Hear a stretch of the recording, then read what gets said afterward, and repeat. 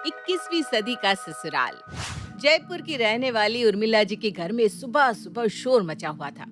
उर्मिला जी की दोनों बहुएं आराम से अपने अपने कमरे में सोई हुई थी और उर्मिला जी और उनके पति रमेश जी को अभी तक सुबह की चाय भी नसीब नहीं हुई थी। तभी उर्मिला जी ने एक जोरदार आवाज अपनी दोनों बहुओं को लगाई। कीर्ति, सुनी थी, कहाँ हो? कहाँ मर गई दोनों सुबह सुबह? सामने से कीर्ति और सुनिधि दौड़ती हुए आती है। क्या हुआ मम्मी जी? क्या हुआ? कोई चोर आ गया क्या घर में? अरे मम्मी जी, आप इतना जोर से क्यों चिल्ला रही हैं? भूकंप आ गया क्या? भूकंप नहीं आया, अभी तक सुबह की चाय नहीं बनी। शर्म नहीं आती तुम दोनों को? सोए जा रही हो, अपने सास ससुर को एक कप चाय भी नहीं बना कर दे सकती। अरे मम्मी जी, आपको तो पता है ना, मुझे कल से बुखार है। सुबह भी इतना दर्द हो रहा था सर में कि बस उठा ही नहीं जा रहा था। और तुम्हारे पास क्या बहाना है सुनिधि बहू? बहाना नहीं है पापा जी। कल रात को 11 बजे तक रसोई में बर्तन साफ कर रही थी। आप जानते हैं ना, कीर्ति की तबीयत खराब है, ऐसे में वो तो काम नहीं कर सकती। अब रात को 11 बजे से 12 बजे तक बर्तन साफ करने के बाद सुबह कोई जल्दी कैसे उठ सकता है? कहना क्या चाहती है? साफ साफ बोल, इतना घुमा फिरा कर बात करने की जरूरत नहीं है। अरे मम्मी जी, कहने वाली क्या बात है? आपसे कितनी बार तो हम दोनों कह चुके हैं कि प्लीज घर में 2 बाई लगवा दीजिए, एक झाड़ू पोछे के लिए, एक घर की डस्टिंग और बर्तन साफ करने के लिए। अपनी सास से क्या बात कर रही है? मुझे बताओ क्या परेशानी है? परेशानी कुछ नहीं पापा जी, घर में इतने सारे लोग हैं, हम दोनों घर का काम पूरा नहीं कर पाते, इसलिए एक बाई लगवा दो ना। नहीं, इस घर में कोई काम वाली नहीं आएगी। आज तक नहीं आई तो अब कैसे आ जाएगी? चुप, एकदम चुप। आज मुझे सुबह की चाय नहीं मिली। कम से कम काम वाली बाई काम करके जाएगी। बहुएं सुबह जल्दी उठेंगी तो मुझे चाय तो मिलेगी। अरे ये आप क्या कह रहे हैं? क्या कह रहा हूँ? क्या मतलब? आज के आज इस घर में 2 नौकर आदमी आ जाने चाहिए। मैं कुछ भी बर्दाश्त कर सकता हूँ, लेकिन सुबह मुझे चाय ना मिले ये बर्दाश्त नहीं कर सकता। थैंक यू पापा जी, मुझे तो लगा था आप इस बात के लिए कभी नहीं मानेंगे। हाँ पापा जी, आपको ना बड़ा वाला थैंक यू। आज के बाद हमें भी थोड़ा सा तो आराम मिलेगा। और इस तरह से उर्मिला जी के घर में चमेली नाम की नौकरानी काम करने के लिए रख ली जाती है।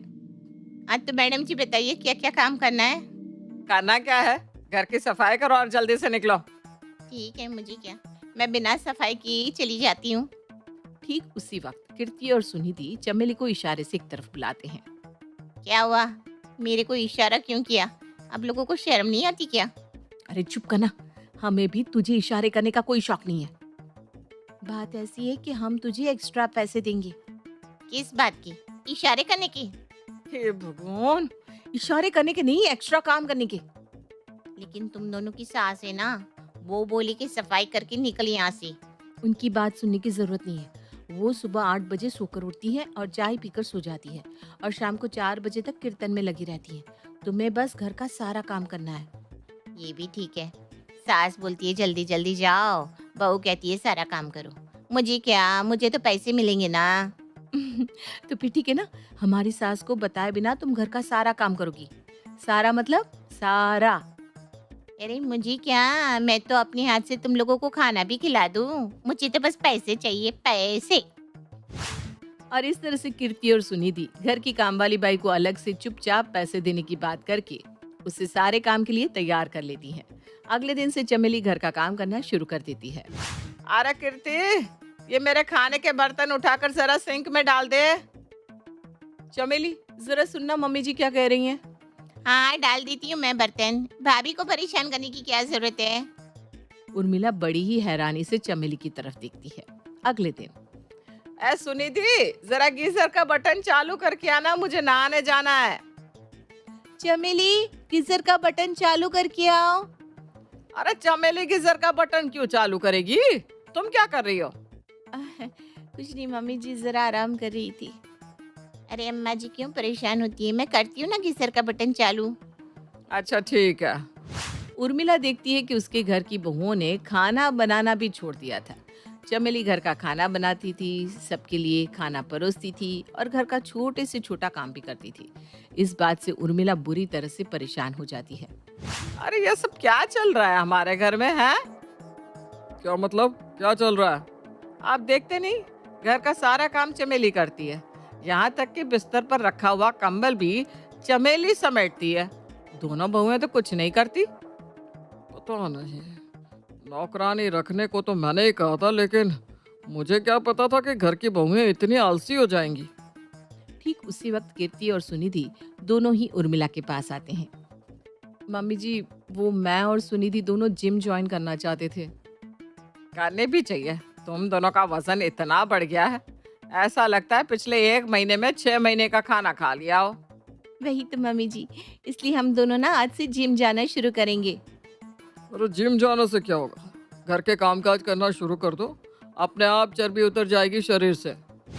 लेकिन सुनिधि और कीर्ति अपने ससुर की कोई बात नहीं सुनती और जिम जाकर वेट कम करने की कोशिश करती है। 2 महीने बीत जाते हैं।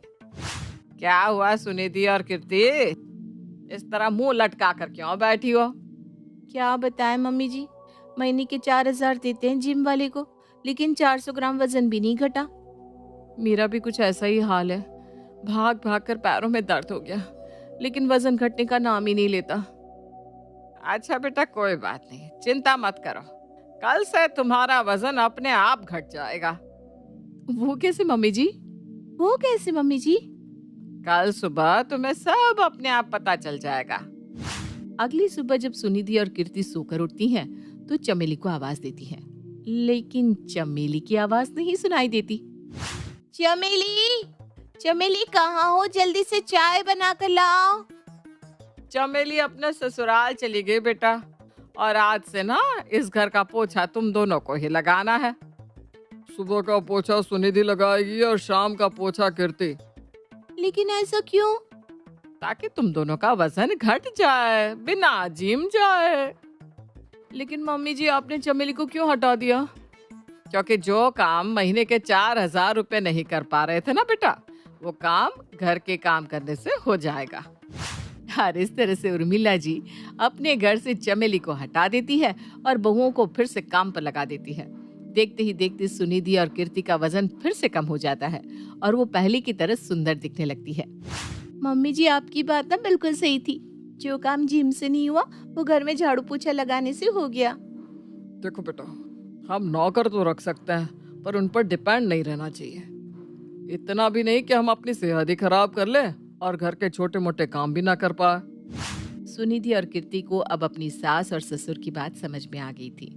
उन्होंने फिर से चमेली को काम पर तो रखा, लेकिन सिर्फ उतना ही काम उससे करवाया जितना जरूरी था, ताकि सेहत भी बनी रहे और घर का माहौल भी अच्छा रहे।